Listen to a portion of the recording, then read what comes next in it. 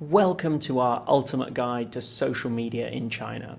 In this video, we're going to be looking at WeChat official accounts and how they can be used by businesses. So let's start by taking a look at WeChat official accounts. In Chinese, they're known as Weixin Gongzhonghao, which is maybe how you'll hear your Chinese colleagues referring to them. And we've added the characters and the pinyin there to make it easier for you. So WeChat don't want brands to have the same account that users have.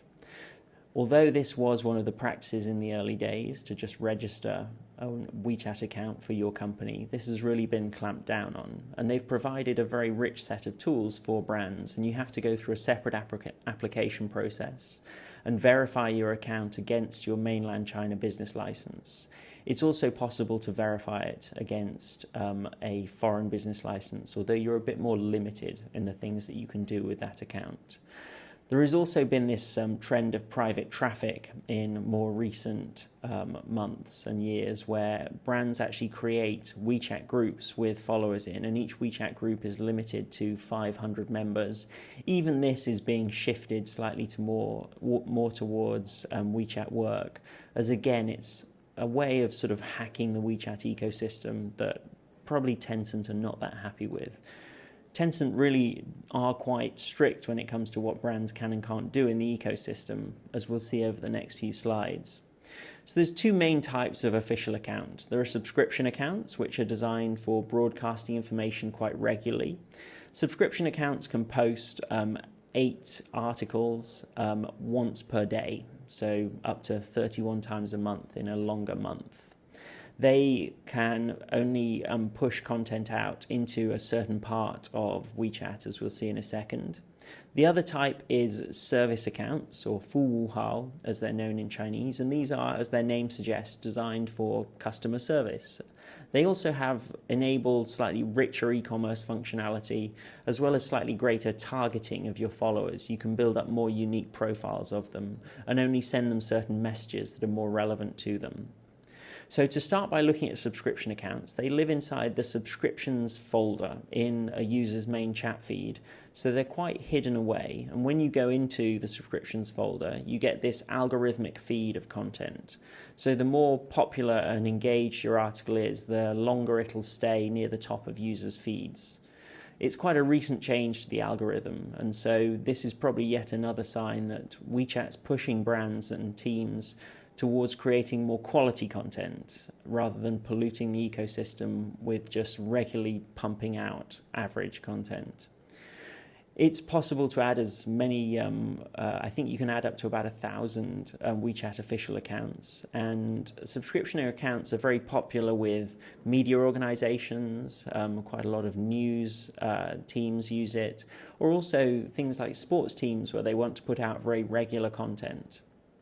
The next type is service accounts, and these ones are inherently a bit more personal because they're right inside the chat feeds of your users. They sit in amongst the group chats and friends, and so they take up a bit more real estate. As a service account, it can be a little bit harder to earn that place in your user's feed, and acquiring fans can be a bit more difficult, and it's easy to unfollow. Users can simply swipe across on your account and remove you from their feed if they are not that impressed by your content or they no longer want to stay following your account. The big advantage of service accounts is obviously they're a lot more prominent. They're not hidden inside the subscriptions folder, and your content is instantly viewable once the person opens your account. They can, though, only publish 4 times a month. You'll see that each push has a card, like a view, where there's a top article, which is usually bigger and more prominent, and then there are some smaller articles with a very small thumbnail and a smaller title. On the next slide here, we can see what content inside WeChat looks like. It really isn't like any other social network we've ever come across.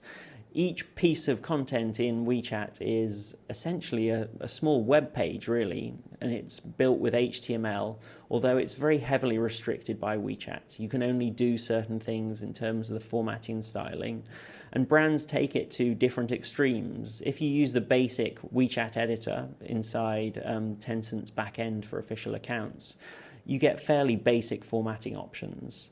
But there are plenty of third-party tools out there that allow you to really go crazy with huge templates and lots of styling. And obviously with that increased complexity, it can take quite a lot of time to actually publish a piece of content on WeChat. Many WeChat articles are really quite long, include lots of pictures. They can also include videos, audio messages, and also pushes to other types of rich content like an official account. You can also link to previous articles, and you can even link to web pages from inside these WeChat articles. In 2018, we actually wrote a complete guide to WeChat articles. It's about 50 plus pages, and we really tried to explain the full range of options when it came to how to create WeChat articles, what to think about at different points, how to choose headlines, how to format them, and then how to measure the success of them as well. As I said a minute ago, there are two main verification options, and really we would say that mainland verification is the best option for the majority of brands. You're a bit more limited when it comes to overseas verified, and certainly in terms of the other services you can turn on. It's also important to note that what is in the business license for your company is going to affect what you can do with that official account. If you want to be able to take online payments, you have to have that within the scope of your business license when you're registering your company. Although you can add it later, it just involves more lawyers' fees. If you want a full guide to how to register official accounts, we highly recommend this one from Grata.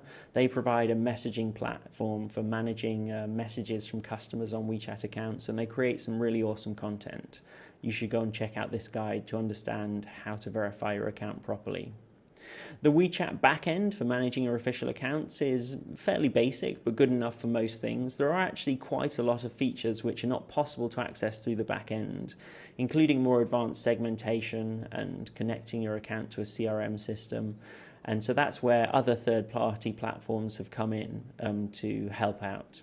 To watch the next video in our series about WeChat mini programs, click up there. If you want to download the full PDF of this report, just take a look down in the description for this video below. This guide was created by KAWO. We're a software company that helps teams all over the world to achieve greatness on social media in China. To learn more about our company, click over there.